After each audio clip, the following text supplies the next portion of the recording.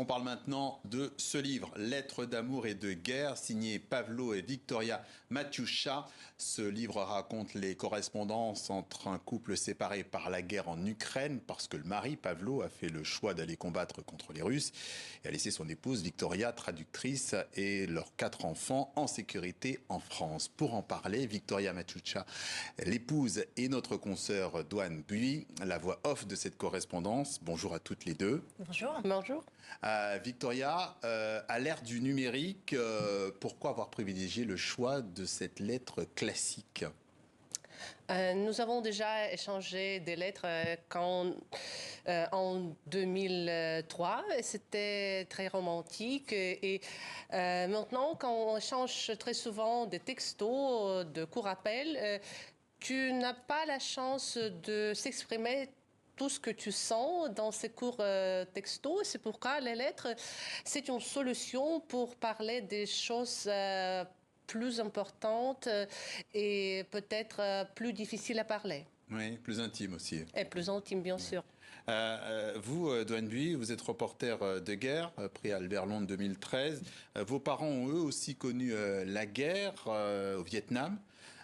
Est-ce que c'est cette porte d'entrée-là qui vous a mené à vous intéresser à cette histoire, à ce couple ? Alors en fait non, je devais partir dans le Donbass et je devais en fait écrire pour mon journal, le Nouvel Obs, je devais écrire quelque chose sur le deuil des veuves de guerre, et c'est pour cette raison en fait que j'ai rencontré Victoria, parce que Victoria dans son agence représentait un poète qui était mort au front à Bakhmout. Ah oui, parce que veuve de guerre, ça faisait... Non mais c'est assez terrible, c'est-à-dire que je l'ai rencontré pour ces raisons-là, et donc je savais que son mari était au front, mais néanmoins on a parlé de ça, on a d'abord parlé des morts au front. Et il se trouve que comme j'allais partir dans le Donbass, j'avais parlé à Pavlo et parlé avec Victoria. Et en fait, en parlant avec l'un et l'autre, à Pavlo par Zoom et à Victoria en vrai, puisqu'on s'est vu à Paris, ce que me racontait Victoria, j'ai eu envie d'en savoir plus, et j'ai commencé à leur demander en fait si pour le journal l'Obs, ils accepteraient de faire une espèce de journal épistolaire pour nous, via des lettres, pour qu'elle me raconte sa réalité à l'arrière du front, et que Pavlo me raconte, il était au cœur de la contre-offensive, c'était à l'été dernier. Et donc ils m'ont dit oui. Je suis partie en Ukraine, donc dans le train, parce qu'on ne peut pas prendre l'avion actuellement à cause de la guerre. Et là, en fait, dans le train qui me menait de Paris à Kiev, déjà, ils m'avaient envoyé 4 ou 5 lettres, en fait. Donc, si vous voulez, ils m'ont écrit tant, ils ont écrit tant, que même le journal n'arrivait pas à suivre le rythme de correspondance, parce qu'ils avaient beaucoup de choses à se dire. Ouais. Et c'est pour ça que c'est devenu un livre, en fait, puisque ces lettres, elles ont d'abord été publiées sur notre site, mais je crois qu'il y avait tellement de choses qui devaient rattraper à travers cette séparation. Et finalement, mon journal... Et moi, on a joué ce rôle de pont entre eux, puisqu'ils étaient séparés par la guerre.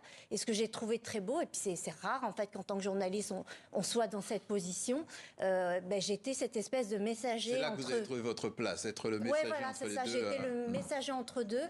Et finalement, ces lettres qu'on a publiées sur notre site de l'Obs étaient comme un pont de mots entre eux deux, malgré la séparation de la guerre. Victoria, je reviens vers vous. Est-ce que vous avez l'impression de plus avoir parlé à votre mari par ses lettres que quand il était là? Peut-être oui, parce que dans les lettres, nous avons abordé aussi de thèmes que nous n'avons pas parlé, c'est les thèmes de nos grands-parents, et aussi pourquoi notre langue est si importante pour nous, et aussi pour la propagande russe. Et c'est les choses qui nous intéressent les deux, mais dans la vie quotidienne, tu ne parles pas à ces choses à ton époux. Il est écrivain. Pourquoi s'est-il engagé ?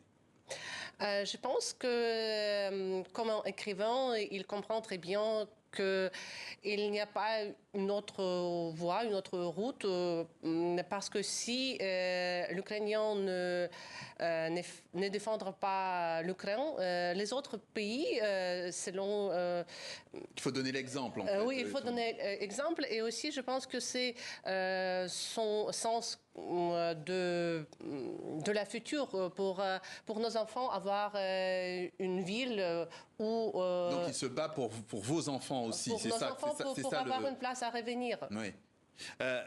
Quand il a pris cette décision, combien de temps il vous a fallu pour l'accepter? Ou est-ce que vous l'avez accepté?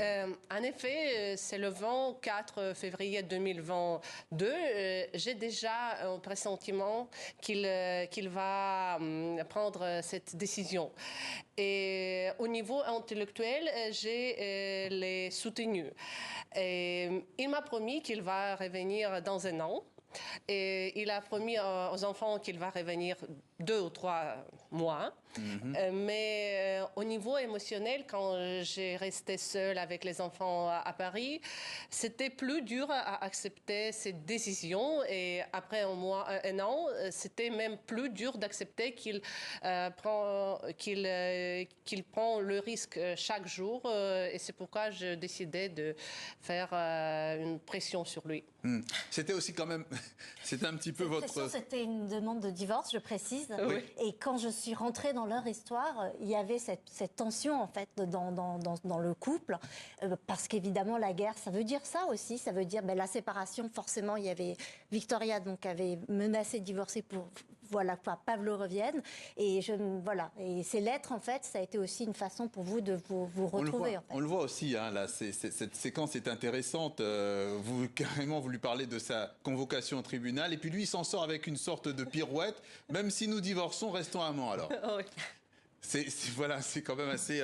c'est imparable. Ce que je voulais vous poser aussi comme question, c'est la question du nombre de divorces. Ça c'est vous qui le dites, Doan. Le nombre de divorces a augmenté de 33% en Ukraine depuis 2022. Dans la vraie vie, Pénélope n'attend pas éternellement Ulysse. C'est imparable. Oui, en fait, c'est vrai que ce livre, c'était aussi une réflexion sur les guerres. En fait, on a eu beaucoup ces échanges-là entre nous, hein, parce qu'effectivement, comme vous le rappeliez tout à l'heure, moi, je suis un produit dérivé de la guerre, puisque mes parents sont d'origine vietnamienne et ont fui la guerre du Vietnam. Et en fait, qu'est-ce que c'est une guerre? La guerre, c'est la séparation des couples. Et ce qu'on oublie, c'est depuis l'Iliade, c'est comme ça. C'est une séparation en plus délibérée, complètement choisie aussi. Oui, mais c'est vrai que on attend toujours que dans la guerre, Pénélope attende Ulysse qui est parti à la guerre et qu'elle l'attende pendant 20 ans. En vrai, c'est beaucoup plus difficile que ça de gérer, d'être dans la position de Pénélope. Et on parle beaucoup moins de Pénélope que des guerriers. Effectivement. Donc c'était un peu ça que je voulais... Que vous vouliez aussi mettre en œuvre. À lire ce livre, Lettres d'amour et de guerre, signé Pavlo et Victoria Maciucha et Doan Buis, paru aux éditions L'Iconoclaste. Merci à vous deux d'être passés par le journal de TV5 Monde. Merci à vous. Merci. Merci.